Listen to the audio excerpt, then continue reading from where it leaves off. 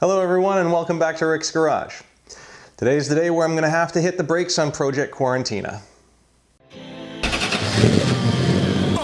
Say hello to the bad side. My emotion is flatline. Hungry demon, what I'm seeing is snack time. When I rush in the grab, I better run from the path line.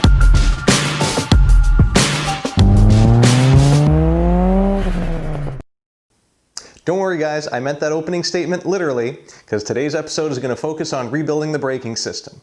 But I guess you'd already know that if you read the title.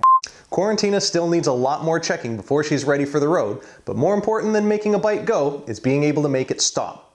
There are 0 brakes on this bike right now, and both the front and rear master cylinders were completely dry. Not a good sign.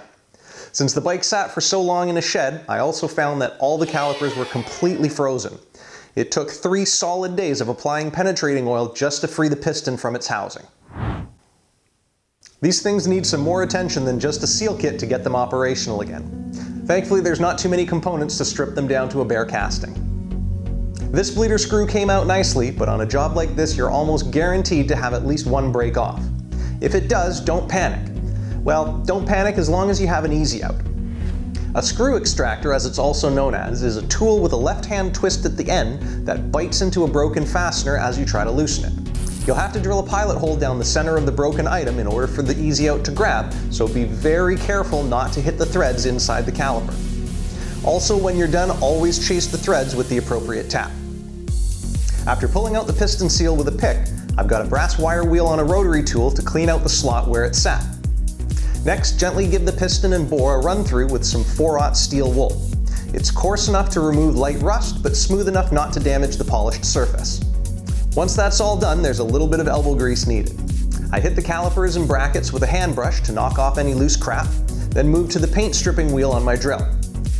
Depending on how you're refinishing your parts, you may not have to strip the paint as far as I did, but once all the pieces were cleaned off, it's time to mask off a few spots. I don't want paint getting into the threads, or more importantly, in the piston bore. For coating, I'm using Duplicolor's self-etching primer, which is a must for bare aluminum, and then top coating with VHT's Fancy Pants caliper paint. Now, there's lots of great YouTube videos out there on the application of VHT products, so I'm not going to go over it here. But the most important step, beyond the prep work of course, is making sure to cure the paint after it's dry. There's lots of ways to accomplish this, but I think the way that'll get you in the least amount of trouble is to toss them on the barbecue for the required time and temperature. I was so impressed with the result, I decided to freshen up the brake rotors with the leftover paint. Back in episode 15, I briefly covered how a hydraulic system works, and this braking system is no different. In order to get the calipers to operate, you need a master cylinder to move brake fluid. Unfortunately, the front one was beyond repair, so it was replaced completely, but the rear one is getting a rebuild kit, and as you can see, it definitely needs it. While the calipers were baking in the barbecue, the rear master gets disassembled and given a thorough cleaning. Much like the calipers, the main bore gets a run through with some steel wool, and afterwards, the spring, piston, and seals were replaced along with a new dust boot. Also, since it was apart, the brake pedal linkage got cleaned, painted, and reinstalled. Once the caliper housings were cured and had cooled off, it's time for reassembly, which is going to be the exact reverse of the teardown.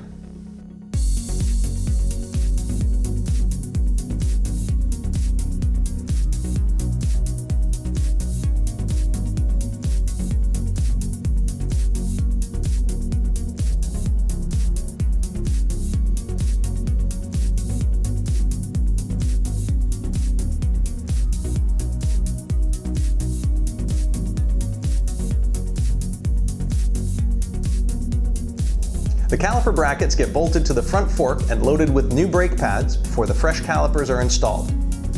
The bike is also getting some stainless steel braided lines to replace the original brake hoses. That's right, I said original.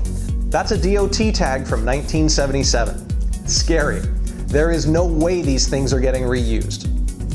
The front brake lines are connected to the splitter block, then a single line up to the new master cylinder.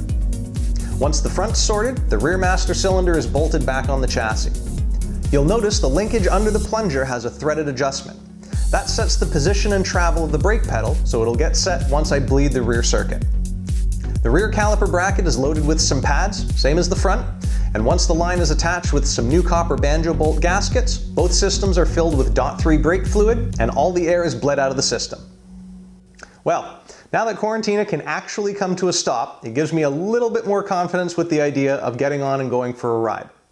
Now, as I mentioned at the beginning of the video, a ride is still a ways off, so be sure to subscribe with notifications so you don't miss a thing along the way. I hope you've all enjoyed the video, and if you have, be sure to drop a like, comment, and even tell a friend about the channel. I'm Rick the Welder, and as always, thank you very much for watching.